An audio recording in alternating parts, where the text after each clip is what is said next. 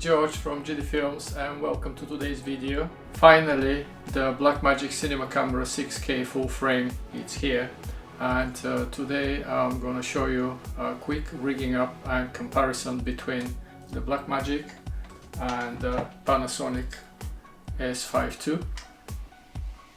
Just a quick disclosure that this video is not sponsored by anyone. I have it here mounted on a tripod with a minimal setup. I have 15mm rails with a vodka follow focus, small rig full cage and small rig handle and small rig top handle. When it comes to rigging your camera up, you only need the minimal accessories that you could possibly use. Nothing unnecessary. It adds bulk, it adds weight, it just complicates things. All you need is a full cage where you can mount a few accessories that you need. Currently on the market there is only one cage for the 6K available. Apparently it's quite overpriced. Everything is my humble opinion, and I'll give you my honest view.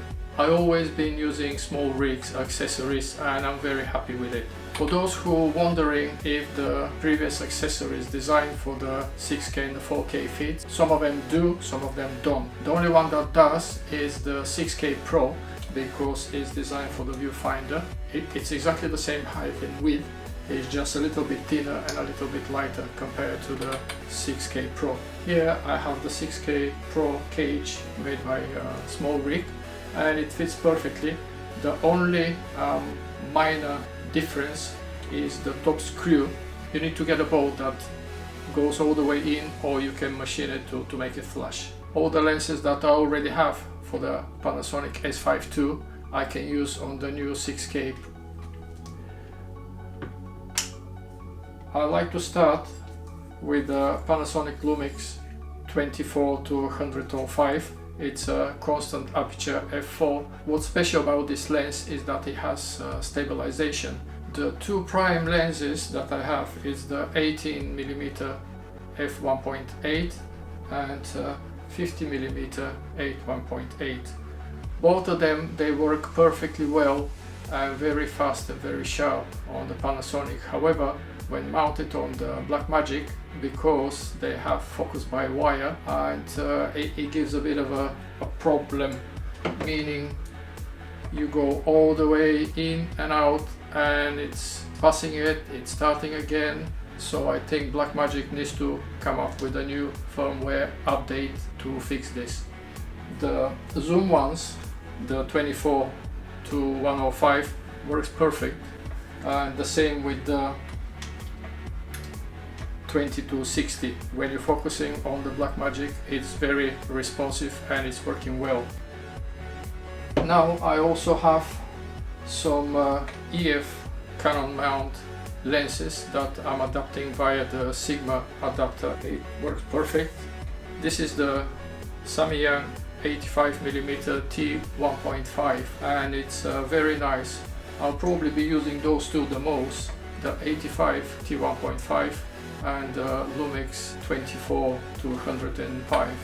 The next one is a Samyang 8mm 3.5, but it's giving you extreme wide angle. If you need a wide angle in a tight space, that's the perfect one. The next one is the Tokina 11-16 f2.8. It's designed for the APS-C, so when you crop into the 4K, it works perfectly, the S35. Here is the Tamron 70-300 zoom lens, f4-5.6, and it also has the macro option, so it gives you a very nice reach. I'm gonna mount the camera back on a tripod, and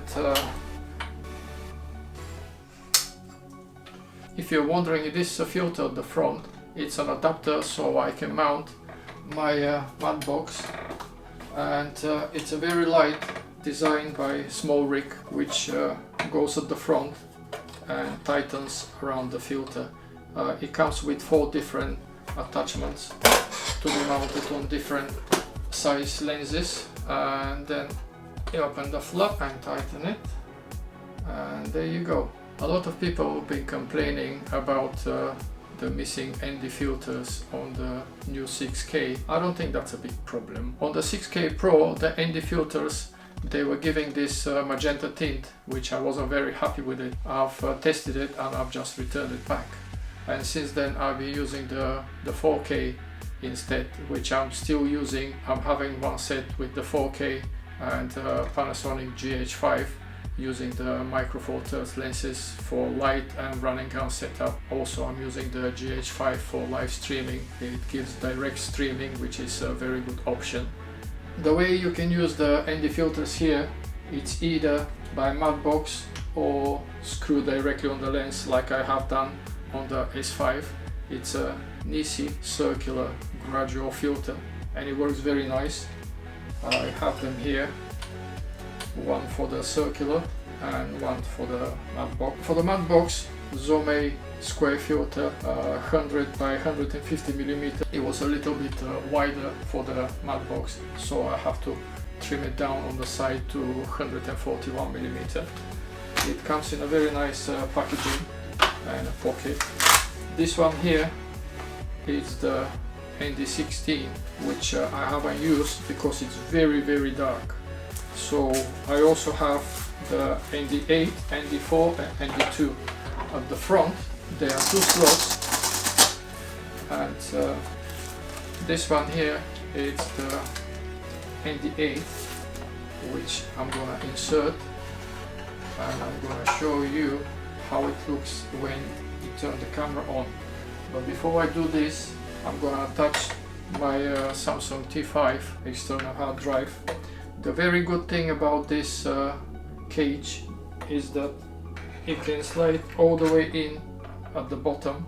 I haven't unscrewed it, so it goes all the way in fully and it gets tightened. So I'm gonna turn it on and I'm gonna show you. Okay, it can remain in 4K DCI. The setting on the camera, it's 25 frame, 180 degree shutter, 400 ISO, 5000, and the tint is 10. Now let's focus first. Focus on the foreground. Yeah, right there. It's fully open to T1.5. If I remove it, you see how bright it is. Insert it back. It still needs a little bit more, I think. So then I can add another, maybe the 2 and the 2. I'm gonna add it to it and see how that works.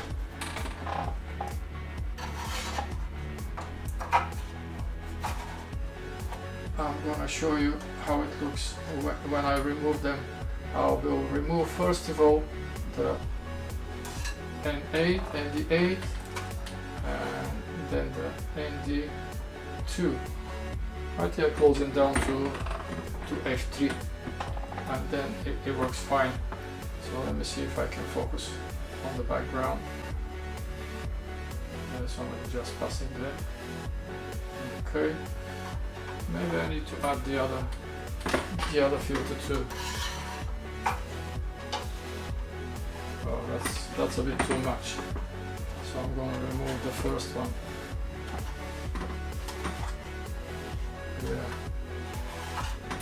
Yeah. Just with the ND8 and f.3, it works fine.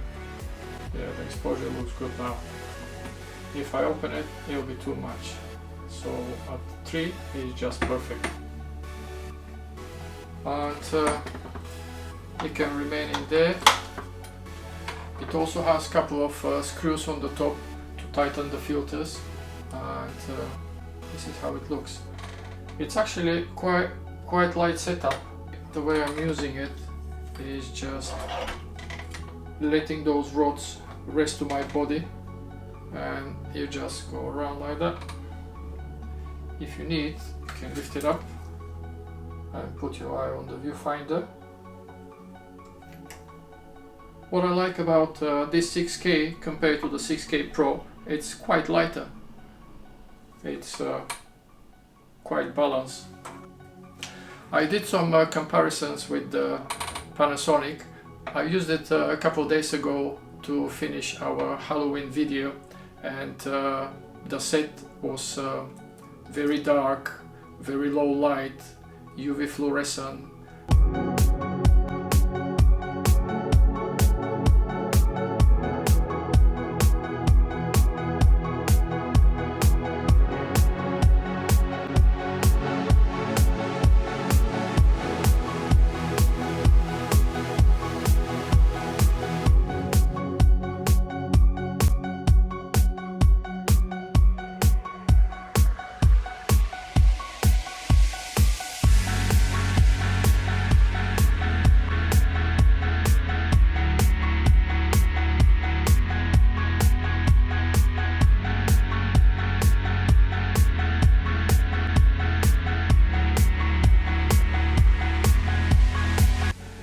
For me, the most important thing is the image that a camera gives you. Everything else comes secondary, whether it has any filters, whether it's spokes, whether it's DSLR style, it doesn't really matter. You can make any camera work as long as you're happy with the image. And I have been using Blackmagic since the beginning with the small original pocket OG. I just fell in love with the image that they produce. And I can say that I much prefer the Blackmagic image. It's very organic, very clean, a little bit softer, it's more cinematic looking, I would say. I think from now on it's gonna be my favorite camera to use. So you take care of yourselves and see you very soon. Bye!